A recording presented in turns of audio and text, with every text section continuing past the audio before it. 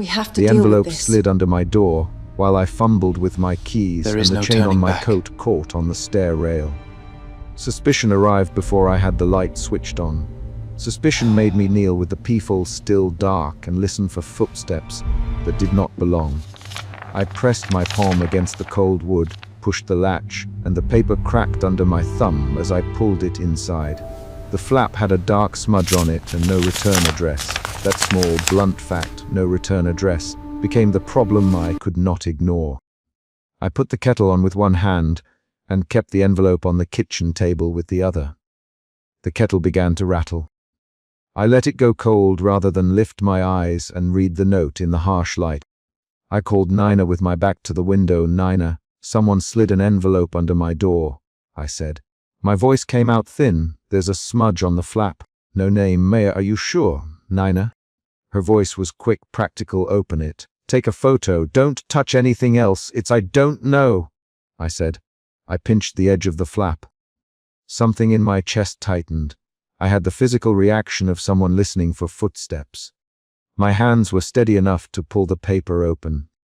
Inside was a single photograph folded in half, and a single line written in ink so flat it looked like a printed stamp. "You were not supposed to be here." A different sound answered me. The building hummed through the wall, the faint tapping of a radiator, the distant motor of a car that paused and idled on the street. I pressed the photograph flat against the table. It showed my building's side door from an angle I had never seen, a nighttime shot taken from across the street. The photo had my hallway light reflected on the glass, and in the background a glossy car waited with one window down. I did not need to name the fear, but suspicion had already shifted into something colder. The sense that someone had watched me, timed me, call the police. Nina. She had moved from practical to sharp within one breath. Call the police now, I dialed while I kept the photo face down to my palm. When the operator asked for details, I gave them the street, the building number, the description of the envelope. Officer Ramirez came to the precinct later and listened to my story with a pen tapping on a pad. He did not sound like she would rush. "We get a lot of letters," he said. "If you're worried, do not engage. Lock your door. Keep a record." If I had enemies, I said no. He again, and I said I did not know. Leaving the precinct, the street lights felt lower to the ground. I walked fast enough to keep heat in my hands and slow enough to notice the parked cars. Across the street, parked where I could see it from the corner, a glossy black car sat with its engine on, the dashboard lights soft behind the tinted glass. A man sat inside, his face a narrow shape against the leather. I stopped on the sidewalk and watched him watch the building. My breath came in a rhythm I tried to hide. I called Nina again. "There's a car across the street," I said. "A man is watching our building. Stay where you are." "Nina, no. Come inside. Lock your door. Call me back if anything moves." Her orders were clean and fast. I went into the building with my bag heavier than before and moved like a person who expected to be intercepted.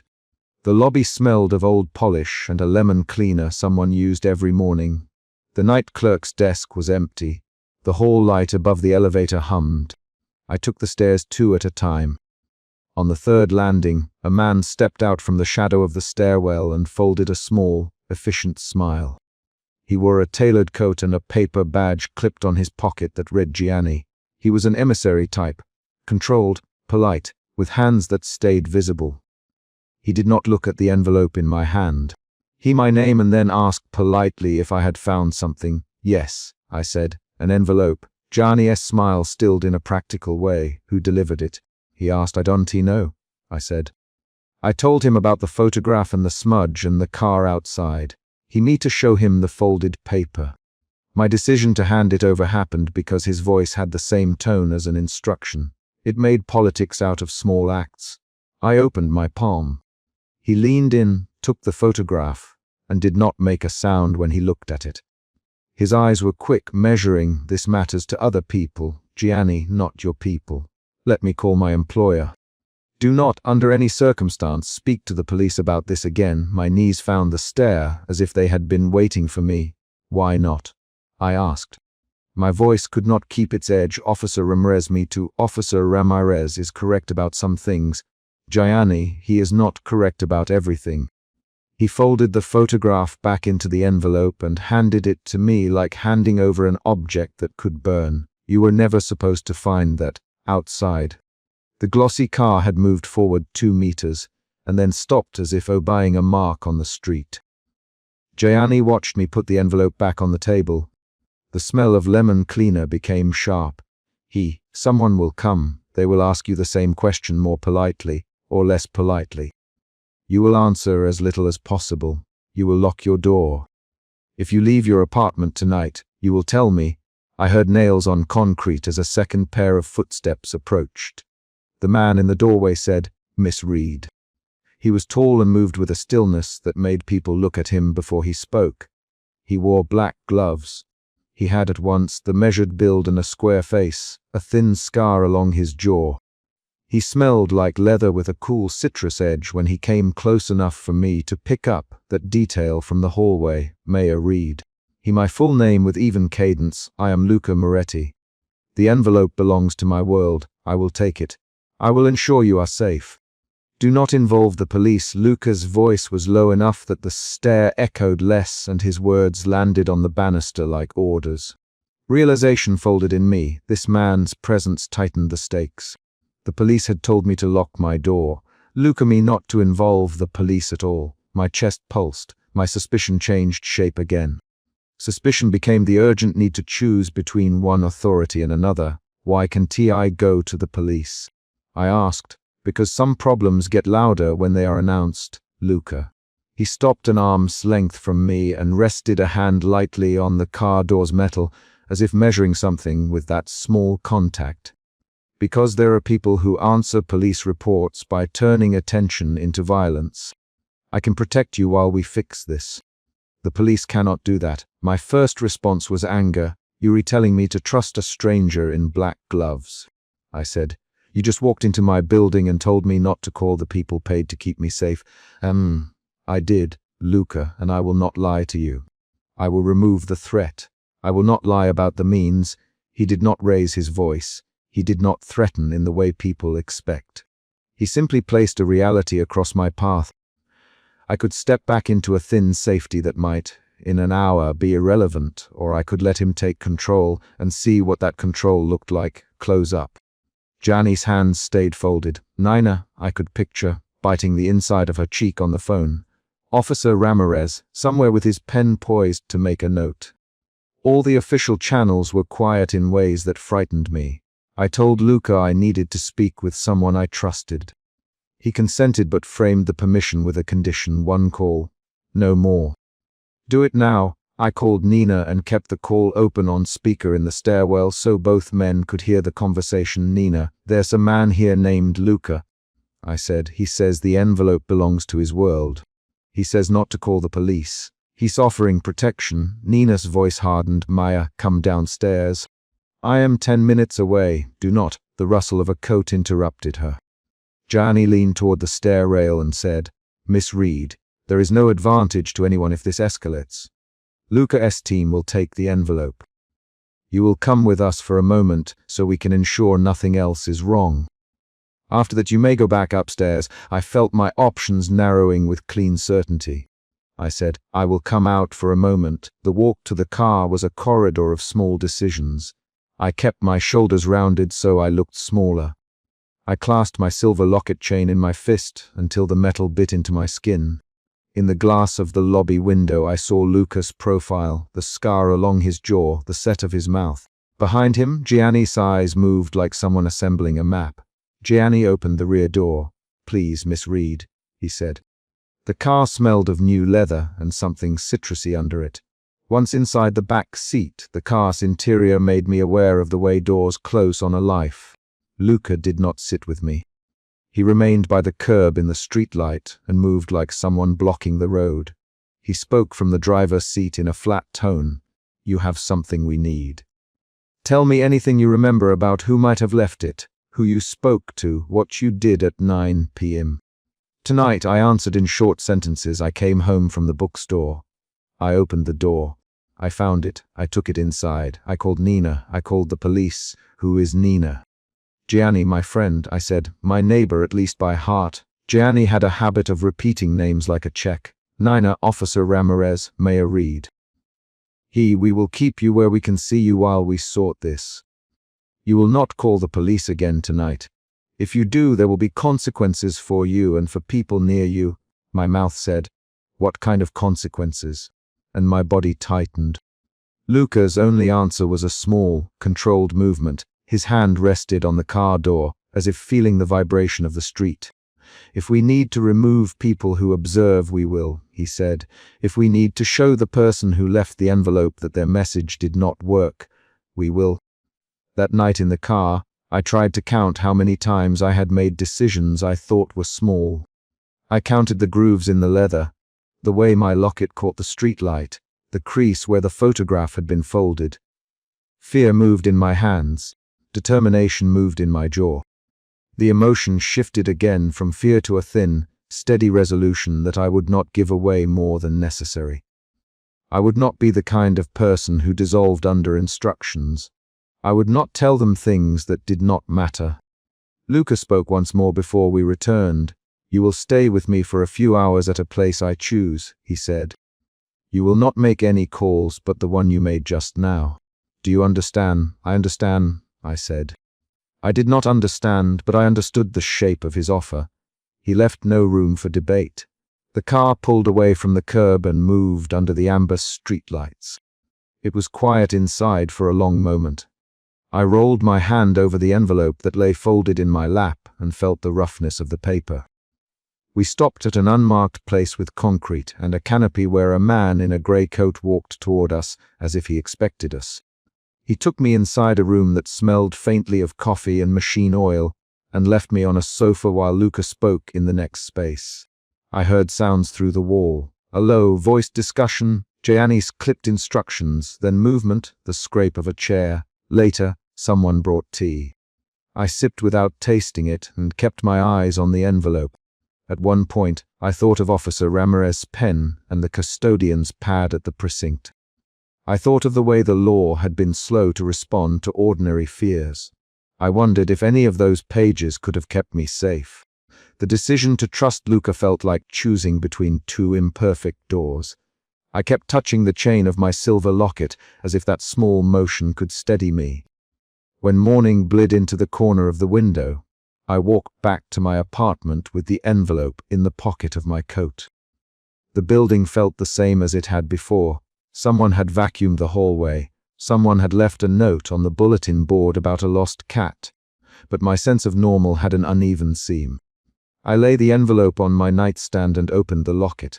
The photograph inside my mind was precise. The car across the street, Luca's black gloves, Gianni's smooth voice. I slid the original envelope into the locket itself and closed it around the paper so that the smudge on the flap pressed against the metal. The action was specific. It made the secret an object I could carry against my skin. I decided then that I would not hand the envelope to anyone again until I understood who had placed it there. That decision moved me out of passive fear and into a small, concrete plan. I would find who had watched my building, I would learn what they wanted, and I would keep the photograph safe until I knew whose world I had stepped into. Nina came by mid-morning with 2 coffees and a face that had been up all night. Maya, she said, and then she hugged me before I could object. Tell me everything. I told her. I told her about the envelope, the photograph, the police, Gianni and Luca. She questions sharp, direct, about timelines and contacts and whether anyone at the bookstore had seemed curious. I answered in short sentences and used Nina's name often so she could anchor the facts. When I finished, she said, you need to be careful with people who say they can protect you. Luca may be protecting you because he thinks it serves him, or because he actually wants to keep you safe. We need evidence, Maya. We need names. Gianni called in the afternoon to confirm that Luca had removed anyone visible from the street and to instruct me on the list of the people I could call, which was essentially Nina and one other contact he provided. A lawyer named Alina who would appear credible on paper. Gianni's voice over the phone was matter of fact. At one point he said, "This is not a kindness, Miss Reed. It is a containment." He did not sound cruel. He sounded precise. When Officer Ramirez stopped by the next evening, he asked to check on my welfare and to make an official note. He found my door unlocked and the envelope missing from the table. I lied and told him I'd put it away. He stayed long enough to read my face and then left with his pen unused. I watched him go and felt something small and raw in my chest. Lucas' presence had changed the way the city arranged itself around me. That night before sleep, I opened the locket and pressed the envelope between my fingers. The smudge was still there. I could no longer treat the photograph as only evidence. It had become a tether to a set of choices that would reshape things I had thought ordinary. I felt a new certainty. I would look for the person who had crossed my doorway, and in looking, I would accept that the corridor from which I came had changed. At dawn I slid the locket closed and, with my keys waiting, left the apartment door ajar a notch, as if the sound of the hallway might tell me who had moved through it. The decision to keep the envelope at my throat was an action, not a metaphor. It anchored the chapter to a concrete motion. I locked the door behind me and, for the first time since the envelope slid under my door, I held a plan that involved moving forward rather than only reacting. The plan was small and dangerous and mine. A gloved hand closed over mine before I could pull my keys free. The glove was leather and warm where it brushed my skin. Suspicion tightened my jaw the instant the card changed my palm into something else I couldn't ignore. "Keep it," the man said without looking at me, and his voice was casual in a way that meant he depracticed being casual. My fingers tightened around the tiny sealed card, and I heard the Seddon's engine fold into the night. I had been certain the envelope under my door was a mistake. This card meant it wasn't. I almost dropped my keys. I kept them only because the metal felt like something real to hold on to. The lobby light hummed above us, one fluorescent tube stuttering. I thought of the envelope that had slid under my door earlier that night. The one I'd left with the chain half latched on my coat as if it could hold me inside. The thought put a second knife of fear through me, changing suspicion into a colder worry.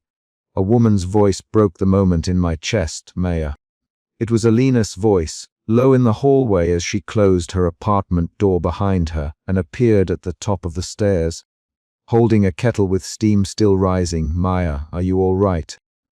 Her face was lit by the hallway light. She had that practical look she wore when she suspected trouble and had already bought the supplies to fix it. I told Alina the man had given me a card and that a black sedan was outside. My voice stayed small. The lobby felt too bright and too exposed. I slid my hand into my pocket with the card inside and motioned toward the stairs. Alina's fingers tightened on the kettle and she stepped down two at a time. "Don't be clever, Maya. Come upstairs now," she said. Her insistence was direct and sharp and not a question. She led. I followed, and the card in my pocket kept pressing against my thigh like a tiny, deliberate pulse. In my kitchen I set the kettle on the table without drinking. I sat and took the card out. The seal was a single black symbol embossed on heavy paper. There was no name, only a folded line of script that turned into no recognizable alphabet I could read. I called Rowan before I unfolded the paper, because Rowan had a way with details, and because he knew people I didn't want to know. "Rowan, did you see anything odd today?" I asked as he answered on the third ring. "Maya, that's odd phrasing. What happened?" Rowan's voice was light on the line, but his attention cleared like a lamp.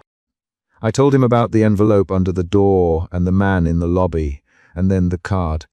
He paused, and I could hear the chair scrape in his apartment. "Send me a picture." "Don't open it if you don't have to," he said. I took the picture and sent it. While we spoke, I slid the card back into its seal and smoothed the paper with my thumb, keeping my movements small. Rowan's messages came fast. "This is deliberate. Someone wants you to know they're close. Do you want me to come over? Call Elena. Lock your doors." He sent the last two messages as if he thought I might not read them.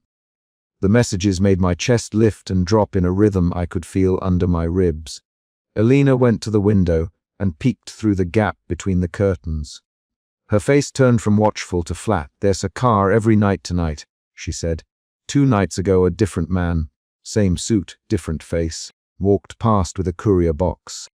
I thought it was a delivery. Now this," she set down 2 mugs and poured tea that was too hot to drink but right for holding. Her fingers wrapped around the mug, knuckles white. Her presence made me less alone and more exposed at once. An argument began between my desire to keep everything the same and the evidence that my life had already shifted. Evidence kept winning. Later I left the safety of the apartment for air. I needed to see the street light, to notice if any tires squealed, if any shadow moved like a face. I descended the stairs with Alina behind me, both of us silent until the door eased shut. We found the street and the black sedan. It idled like a patient animal at the curb. A driver inside moved his head slowly, watching the building. A man in plain clothes stood by the rear passenger door, as if waiting for someone to appear. My mouth went dry.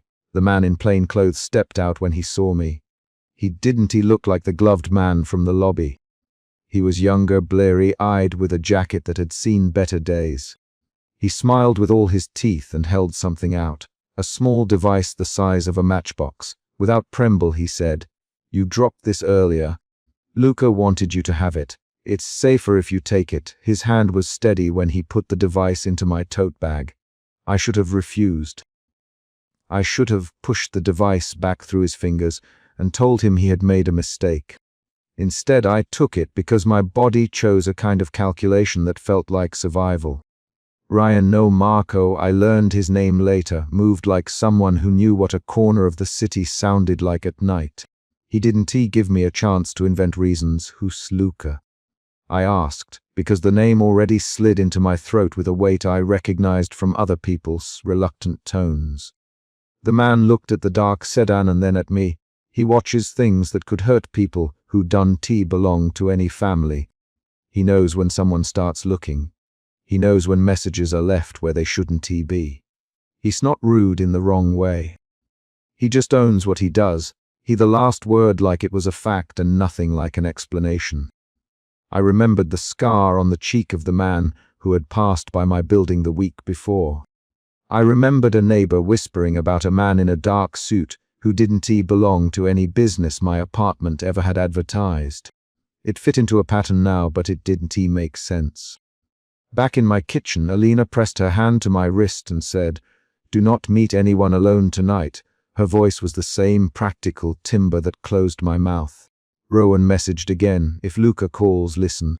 If he asks anything, answer in order." "I am on my way." He did not say what order meant. His lack of elaboration was a kind of instruction. The device in my bag hummed very faintly when I reached for it to check. It was heavier than I expected, a small rectangle with a single name programmed. Luca. The casing was matte black and left a faint dust smear on my finger. When I pressed it, it opened to a voice line with a greeting that fit its owner's reputation. Low, controlled, and measured. "May I read?" the voice said. And I knew it before I heard the name, because the syllables fell into the spaces of the night in the way that certain people fit certain rooms. "Who is this?" I asked aloud, because it felt steadier to place the letter I in the room. "This is Luca. You received a card at the door earlier." "Do you understand what that card means?" he asked. My immediate response was to lie, to say I did not. Then I thought of the envelope under my door and how my chain had caught on the stair rail, and I said instead, "No, I don't understand." A pause. I heard the inside of a closed car, sound of someone breathing, and then someone else moving a hand against leather. "It marks you as someone to watch, Luca. It marks danger to anyone who cares for you." His voice did not hurry. He did not soften. It made the words heavier. "Who cares for me?" I snapped, more sharply than I meant to, because suddenly the idea of people watching my life and my small routines felt invasive beyond protection. Alina's fingers dug into my wrist. Rowan sent a text that read simply, "Stay where you are. Wait for me," Lucas' voice said. "I never take what I do lightly. I want to meet so I can explain. I'll have a man walk you from the front of your building to a safe place. Stay visible and keep the curtains open. If you leave, tell me where you go. He gave instructions as if handing off a fragile object. The confrontation was the center of everything. A meeting offered a possibility of explanation and the risk of a presence I had never asked for. I had the card, the device, Elena's kettle between her hands, and Rowan's promises typed in blue bubble text. My choices arranged themselves into a list with a single highlighted option: meet the person who had marked me. Elena refused outright. No. You will not go anywhere with a man you do not know. Not tonight. Not ever. Her tone was absolute and left room for nothing. But Rowan's text read, if he offers you a choice, take it. Ask for a neutral place. Do not go alone. Maya, the voice of my friend and the voice of my neighbor, argued inside my skull like two small clocks ticking different times. I felt the weight of the locket against my skin, and it steadied me. I twisted the chain with my thumb the way I always did when I was deciding something. Slow, tiny circles that felt like a metronome. My suspicion turned to fear and then to a cautious curiosity, an emotion shift I could feel physically. The tightening of my fingers, a steadying breath, the slow unhooking of a fear that had teeth. An external movement broke the argument open. A knock came at my door, 3 sharp raps. Elena froze. I said, Rowan, before I realized I had spoken aloud. It was not Rowan. A low voice said through the door, Maya, it's Marco. Luca me to come. I can help you to a safe place. The voice matched the man from the street. The same flat ease, the same practiced casualness. Elena's mouth made a line. We opened the door a crack. Marco stood in the hallway, hands empty except for a small parcel held close. He didn't push. He waited like he expected us to follow. Elena stepped forward. You're not getting her far from me tonight, she said. Marco looked at Elena, then at me, yes, only offering a chance to explain.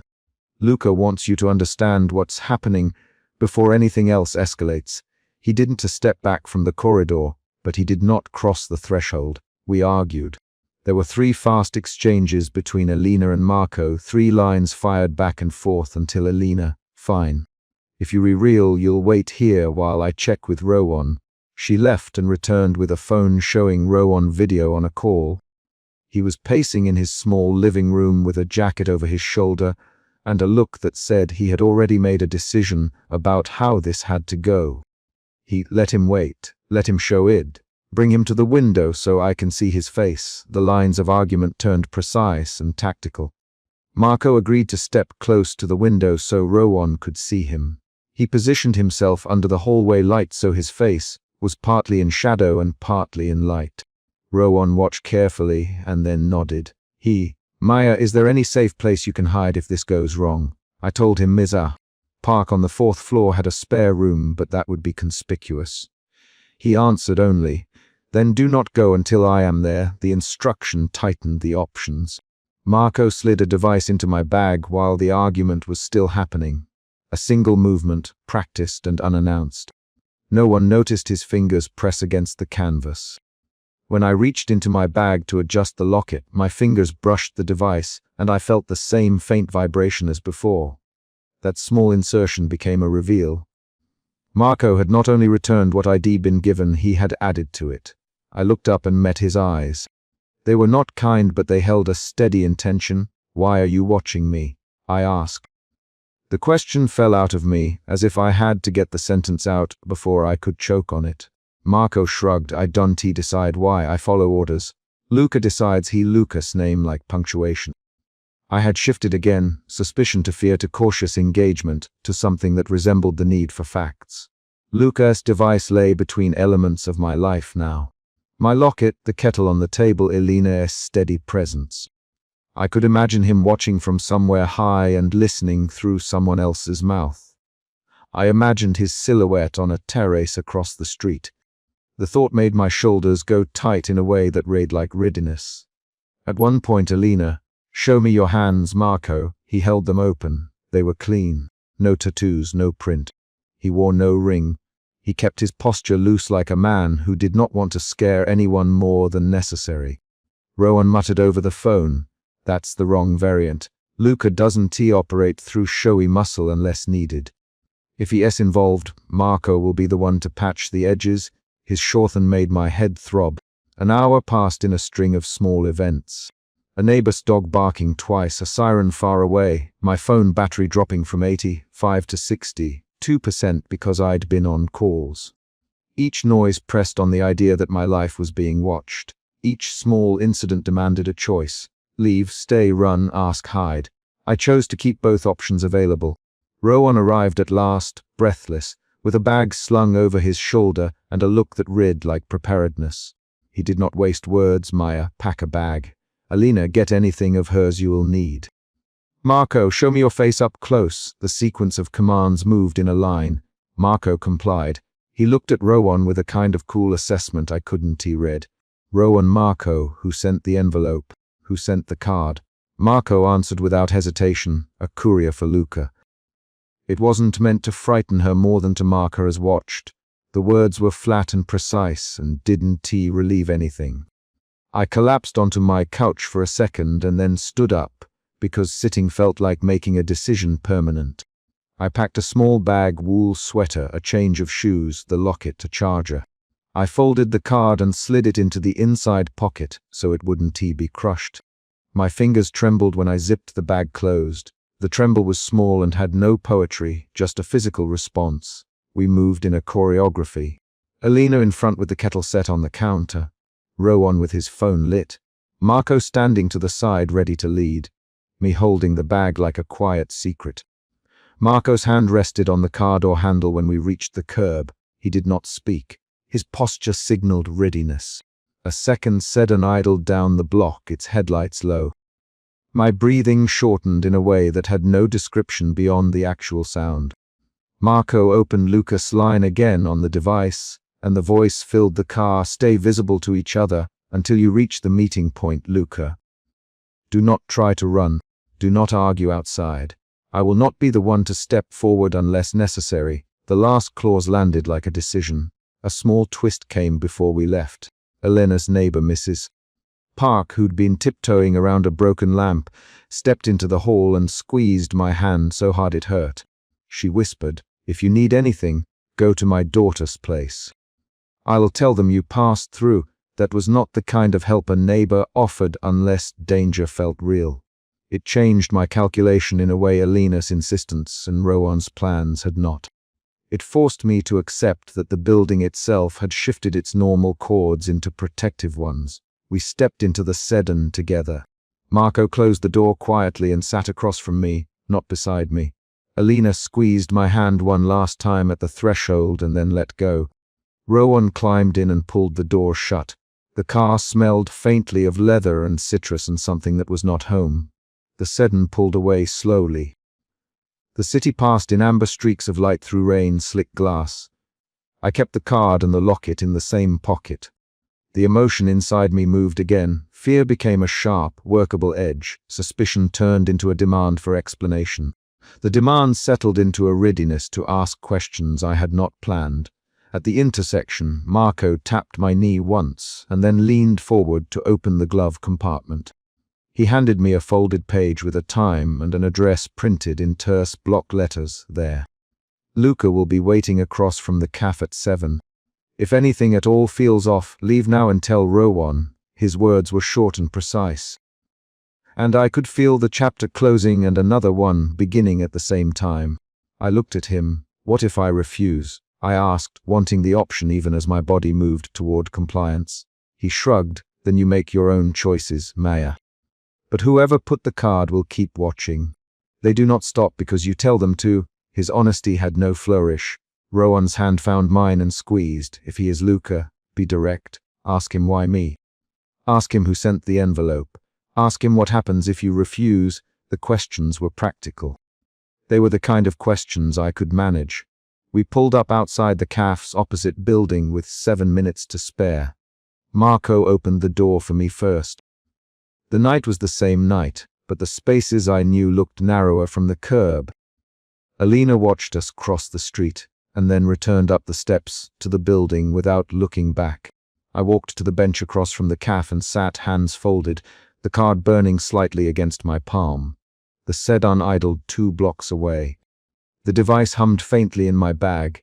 Luca had asked for a meeting to explain. The card had marked me as watched. The envelope under my door had already suggested someone was moving pieces against my will. I breathed and felt each inhale as a movement. I had moved from suspicion to fear to cautious negotiation and now to a tense resolve. The next sound I heard was a car door closing 2 benches down. Marco moved with the kind of economy that meant he knew a man's weight and how to measure risk by gait. I saw him stop halfway across the pavement and turn his head slightly in the direction of a terrace above us. I followed his line of sight, and for the first time I was certain someone was watching from above. A cool hand closed on my shoulder. I reflexively leaned away before I realized it was Marco checking my pulse through the fabric of my coat. Nothing. Then his phone buzzed. Luca's voice on the device said simply, "Wait, I am 5 minutes away. Do not speak to anyone who approaches you on the street." The instruction snapped the air between us into a new clarity. I felt something new then. A narrow, cold clarity that made questions possible and answers necessary. I understood that meeting him would change what I could return to, and that refusing might close a door I once thought permanent. I stood up and smoothed my coat as if straightening a uniform. I turned toward the street and walked the few steps that led to the place where I would either be explained to or absorbed into a world I had not chosen. The bench behind me held the card folded, the locket under my fingers, Alina's kettle still warm in my skin memory. My phone buzzed with a final text from Rowan. "Breathe, look at his eyes. If they lie, we move." I folded the message and pocketed the phone. A man in a tailored coat crossed the street and stopped under the amber light. He did not call my name. He did not need to. He opened his coat a fraction and let the light hit a watch on his wrist. I could see the reverse side of his face shadowed, jaw set, and a thin scar along his cheek. The person who had already started the movement against my life stepped into the light. I took a breath and stood to leave the bench at the exact moment he looked up. Outside the cafe, a gloved hand slipped a card into another man's palm and a sedan turned its lights away, leaving us the night and a single choice. The door banged against the frame and a man's voice, flat and impatient, cut through before I could press the chain. Suspicion sat in my throat the way breath catches, and I stepped back with my hand on the deadbolt. "Open up," the nearer voice said. "We need what's inside." That single demand made the stakes clear. The envelope on my floor had already drawn someone else's reach. I had the envelope under my door earlier. I had bent to pick it up with my keys still between my fingers in Chapter 1.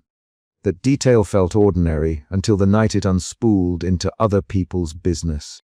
I recognized those small moments now, the chain catching on the stair rail, the way a card went into my palm from a gloved hand, and I read them as signs. Suspicion made my pulse quicken. It made my fingers clench the knob. "My name is Maya Reed. I live on the 4th floor of a narrow building that smells faintly of laundry detergent and city rain. I teach evening literature at the community college and keep my life small. A well-lived wool coat on the hook, a canvas tote with a book folded at the spine, a thin silver locket I twist when I am thinking. Tonight I stand between the hallway light and strangers who have not earned entry. The central problem is immediate. Men at my door want the envelope, and they will not take no for an answer. The taller of the 2 men shoved the chain with a shoulder, and the chain slid open.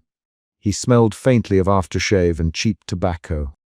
He pushed and said, "We know there is something for the Moretti people. Hand it over." His assumption named the danger plainly. This wasn't a random knock. A second man scanned my face as if reading a file, then reached a hand toward my coat pocket. I pulled my arm back. "There's nothing here," I said. My voice did not wobble. Suspicion shifted into fear when the taller man jabbed a finger at the envelope inching under the door. "Don't lie. Open it."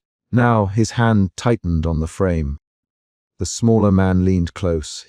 "We can do this gently, lady, or we can make it messy." The threat in his tone pulled a breath out of me. I thought of the gloved hand that had placed a card in my palm earlier. I thought of the name sewn into the scrap of paper I had found inside the envelope once I got it open. Those memories were concrete. A leather glove, a card that said only "keep it," Luca's face in profile the first time I saw him in the lobby. I did not want to think about what those items could cost me. Before I could decide which small lie to offer, a black car rolled up and idled under the street lamp. The streetlight cast a warm amber rim across the sidewalk. A man stepped out with the motion of someone who had rehearsed each pace. He cut across the two intruders and took a position that tilted the room's balance. He did not shout. He did not touch anyone. He moved like a wedge. "Luca," the taller man said, and the name made the smaller man swallow. The taller man's jaw clenched. Luca Moretti's presence changed the tone. The men shifted from aggressive to measured. The dorslight fell across Luca's suit, midnight black with a silk pocket square catching the light. It caught my eye first, the gold signet ring, then the black leather gloves folded over one hand. Luca's posture told me what his voice did not. He expected obedience. He stand down. Now, his voice held a low, velvety control that made both men drop their hands. The taller man muttered and stepped sideways, eyes flicking to me. They left with the kind of caution people carry when they owe him a favor. The taller man walked backward down the stairs, never turning completely away. The smaller man watched the car. They left tracks of nervousness across the stairwell, their footsteps louder than before. After the door clicked shut, Luca did not immediately turn to me. He rested one hand on the car door and measured the lobby with his gaze. Relief arrived as a small ripple. My shoulders relaxed a fraction, then tightened when I noticed blood on one of the intruder's cuffs, a dark smudge the camera in my head recorded. Luca looked at my hands, at the chain, at the envelope under the door. "Are you hurt, Mayor?" His voice changed when he used my name. It became careful. I put my palm on the wood where the chain had been. My fingers still smelled faintly of the paper. "No," I said. "They were after the envelope." "It belonged to you?" The word they made something shift, doubt uncoiled into a colder fear. If rivals were testing me, they were testing whether I would break. Luca's jaw tightened.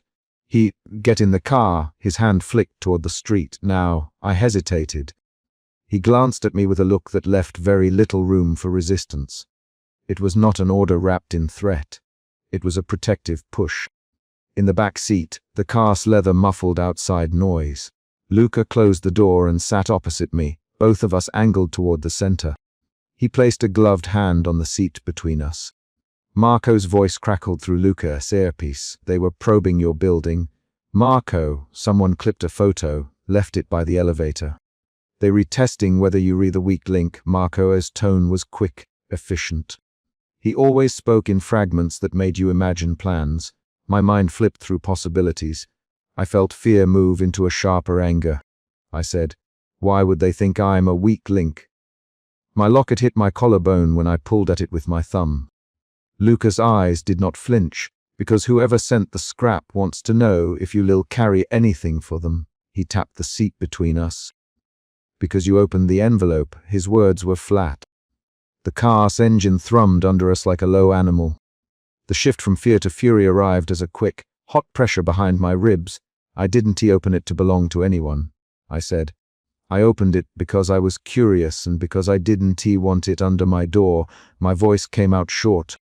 I said his name, Luca. "I do not belong to your world." I heard the locket rattle. He watched me with a stillness that made me want to argue and made me hold back. "You don't have to," he said. "But I let them use you because you were kind enough to pick up a piece of paper," he added, quietly, "not when it pulls you into their games." We rode in silence for a beat. Marco came back on the line. "Price is sniffing around your building." Marco, Detective Price. "He's got a warrant drafted, but something's off. He has dirt on you, says it's registration details tied to a forged lease. He wants the envelope." The name hit me like a cold splash. Detective Price had shown up later on the landing in a suit that smelled of municipal coffee and official paper. I felt suspicion fold into a need to do something concrete. I asked, "What did he say?" I wanted to know how deep the setup reached. Luca tapped his watch and leaned forward. "He wants custody." "Luca, he'll claim it's evidence. He'll claim it's your tie to them. He won't stop until he proves it." His thumb dug a crescent into the leather. We returned to the building at an angle that put the car between me and the street. I noticed Alina waiting on the landing.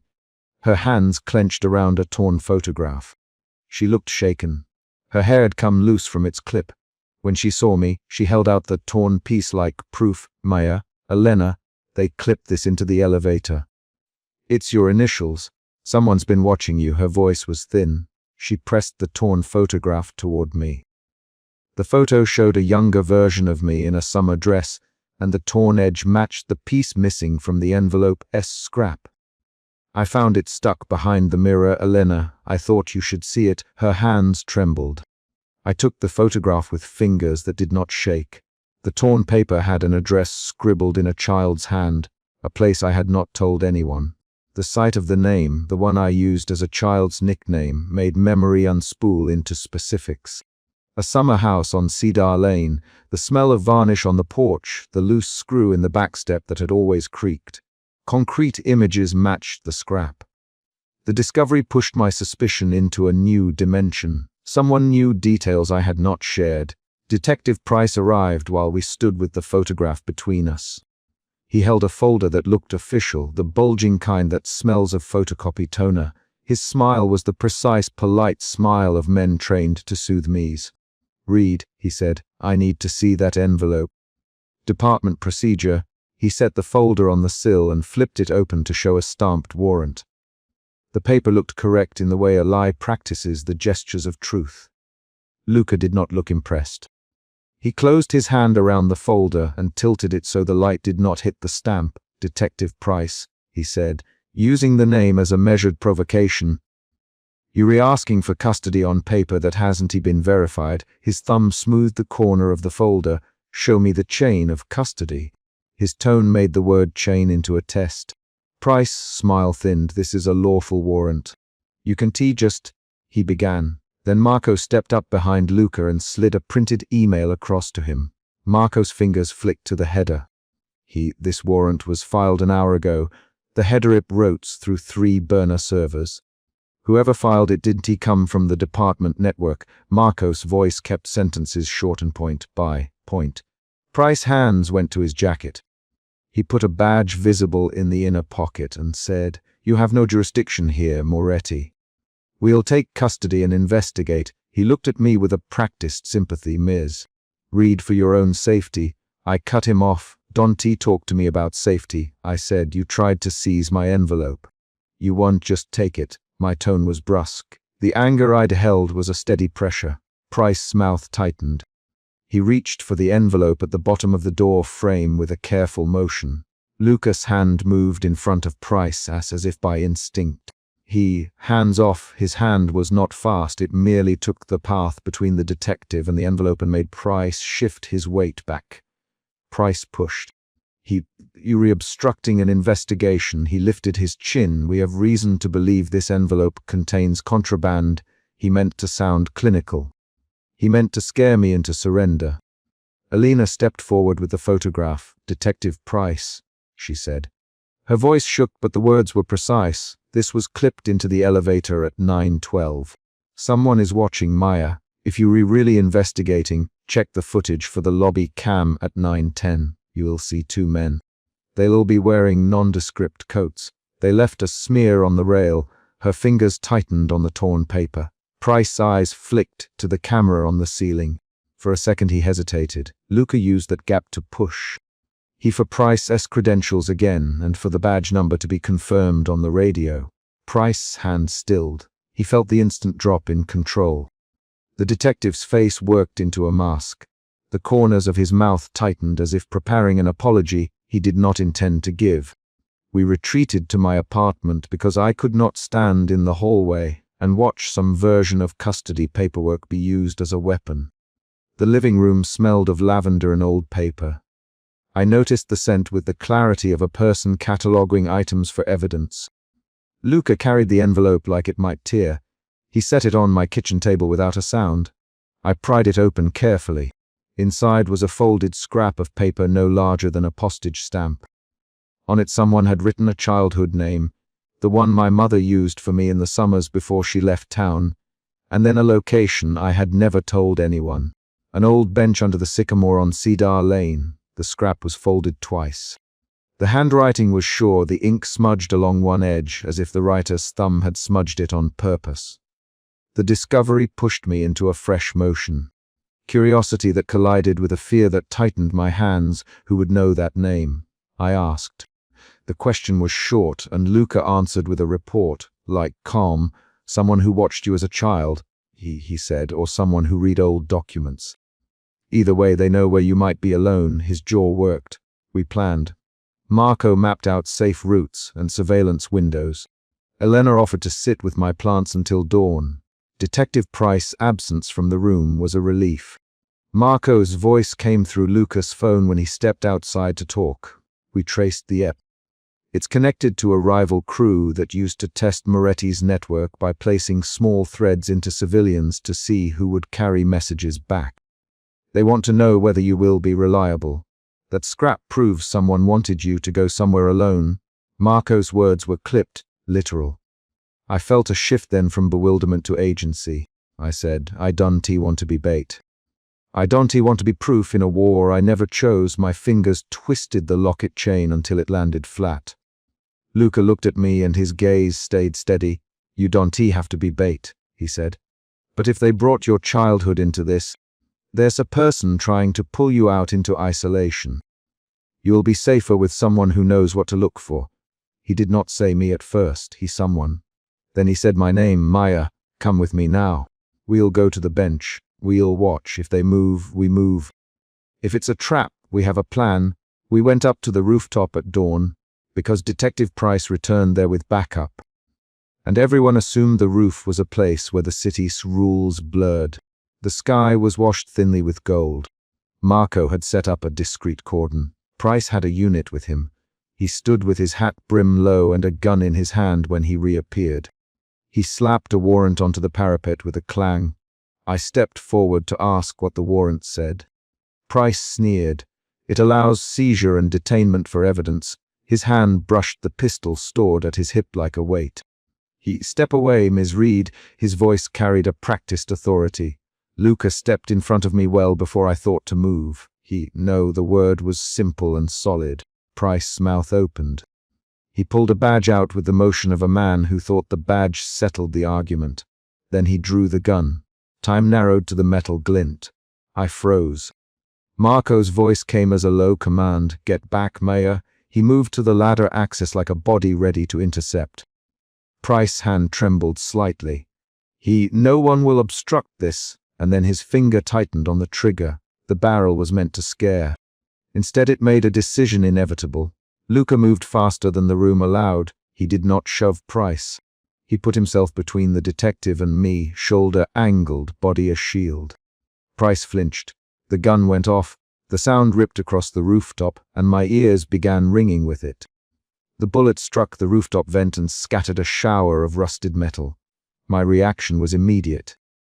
I stepped forward with both hands and grabbed at the detective's wrist. I pulled his arm down and away from the cycle of the gun. Price swore, "Get off me!" he yelled. I twisted and pulled until the gun clattered to the gravel and skidded to a stop. Luca acted at once, his hand folding around Price's shoulder and pressing him to the rooftop. Marco arrived with 2 men and they pulled Price's arm behind him and cuffed him. Price tried to reclaim command with words. You have no idea what you're doing, you can tell, but his voice lost the smooth edge when the cuffs clicked. The twist landed square and final. Detective Price was not an impartial official. Marco produced a folder of recordings and email headers that traced his warrant to a burner account and a local fixer with ties to Price. Price's plan had been to use the warrant as cover to take the envelope and claim whatever it contained for himself. His motive was greed cloaked in procedure. When Marco slid the evidence across the parapet, I saw the pattern of the scheme. Staged surveillance, a planted photograph, the clipped scrap of a childhood name. Price had wanted to appear to be saving me while actually seizing that paper for his own leverage. He had exploited the logic that a woman who found an envelope could be made to look complicit. The revelation changed the meaning of earlier events. The 2 plainclothes men had been his proxies testing whether the envelope would be handed over easily. I felt relief and a raw fatigue at once. The fear drained in small increments as Price was led away. The adrenaline unspooled into a hollow warmth in my limbs. I focused on concrete things, Luca's gloved hand on the parapet, the scrap on my palm, the sound of Marco's shoes on gravel. I reached out and smoothed the crease in the paper. The child's handwriting read like a map. Luca crouched and looked me in the eye. "You did something dangerous, Maya," he said. "Not because you were careless, but because you tried to clean up something in front of you. You opened the envelope. You were curious. That doesn't make you guilty. It makes you human." My name, and it felt like the syllable landed with care, but people will use curiosity against you. Let us be the ones who decide what to use it for. I thought of my life as a sequence of small, ordinary decisions. Answering a knock in a hall, picking up a dropped book, returning change. Those choices had folded into a public collision with men who kept violence in the back of their sleeves. I felt a shift toward acceptance, not of becoming part of Luca's world forever, but of letting those who kept watch do their job while I reclaimed some agency. Marco returned the scrap to me and the torn photograph as if passing evidence to a witness. Elena stood to the side, hair loose now, eyes red but steady. "Maya, stay with Luca for a while, let us sort through this. You don't have to be alone tonight." Her voice was plain, her offer was concrete, a friend staying put. I folded the scrap and slid it into the inner pocket of my coat. I felt the paper there like an accusation and a key. I said, "I don't want to be bait again. I want the choice to go where I choose and when I choose." Luca's reply was not a promise he could not keep. "Then we make rules. You go where you choose. We watch. If anyone comes close, we act." His glance moved to Marco and then to Elena. "Agreed?" he asked. They nodded in ways that were small gestures of alliance. Marco cleared his throat and said, "I'll have the rooftop camera footage secured. Price will be processed, and then the department will be notified of a corruption inquiry. We'll trace the burner accounts. This will take time, but it's a beginning." He ticked off tasks like a man assembling a puzzle he already knew how to finish. We stepped down from the roof with the morning, turning the city's sharp edges soft. The envelope sat in my bag like a secret object I could not yet show anyone. Luca walked me to the car and kept a hand near the door as if he expected trouble. I wanted to argue that I could get to the bench on my own, but the memory of Price's hand on his gun was a decisive argument. On the curb, Luca looked at me and said, "I need you to accept a small tether. Not ownership, tether. Check in at dusk. Let Marco know your plans. Keep your phone on." His words were specific and concrete. They were rules rather than vows. I thought of my thin silver locket and how I twist it when anxious. "Do you promise to keep my boundaries?" I asked.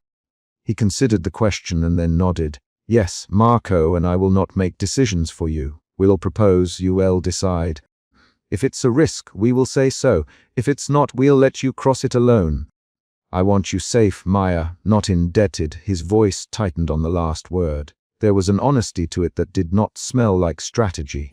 I felt a final shift from fear into cautious agreement. I put my hand on the car door. I said, "Okay. I'll come with you now, and then you'll let me go home tonight if there's nothing more to find." Lucas's smile was small and almost private. "Agreed," he said. Marco escorted Price into a car with handcuffs visible. Elena offered to bring me coffee later and to help catalog the small items on my kitchen table that had nothing to do with the investigation. The morning light sliced across the city in thin gold bands. The envelope in my bag felt lighter because the threat had been exposed and because the people who had been watching me were now themselves visible. We did not end with tidy resolutions. Price removal from immediate danger did not clean the network of people who used others as chess pieces. But we closed that particular loop. The planted photograph, the threatening men, the forged warrant. Marco had the email headers. Luca had a list of who in the rival crew had motive. Elena had the torn photograph as proof. I had the scrap with the childhood name and an option to reclaim the bench where the name belonged on my own terms. On the rooftop, before we left, Luca handed the scrap back to me folded once more. If you go to Cedar Lane, tell me. I'll have someone follow at a distance." Not to stop you to watch, his words were precise. I put the paper in my inner pocket and felt the fold press into my ribs. Detective Price's cuffs clicked again as he was led away. Luca closed his hand briefly over the scrap on my palm and then released it. We explain this my way.